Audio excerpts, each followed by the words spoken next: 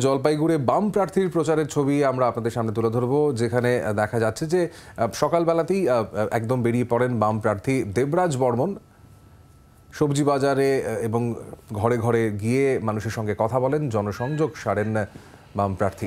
জলপাইগুড়ির বাম প্রার্থী তরুণ মুখ দেবরাজ বর্মনের প্রচারের ছবি আপনারা দেখতে পাচ্ছেন।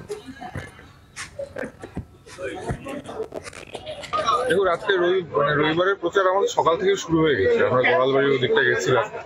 এবার এখানে শহরের যে প্রচারটা, সেটা আমরা জানি যে এই রোববার দিন বাজারে শহরবাসী বাজার করতে আসেন তারা, তো সেখানে হচ্ছে এবং এখানকার যে ব্যবসায়ী বন্ধুরা আছে আমাদের, তাদের কাছেও আমাদের আশা এবং এরপরেও আমরা আসবো আরো। তো বার্তা এটাই যে জনগণের দায়িত্ব আমাদের কাঁধে এবং সেই দায়িত্ব যাতে আমরা ঠিক মতো করতে পারি এবং তাদের সমর্থন নিয়ে যাতে আমরা দিল্লিতে গিয়ে জনগণের কথা বলে আসতে পারি, সেই আশা নিয়ে তাদের কাছে এসেছি।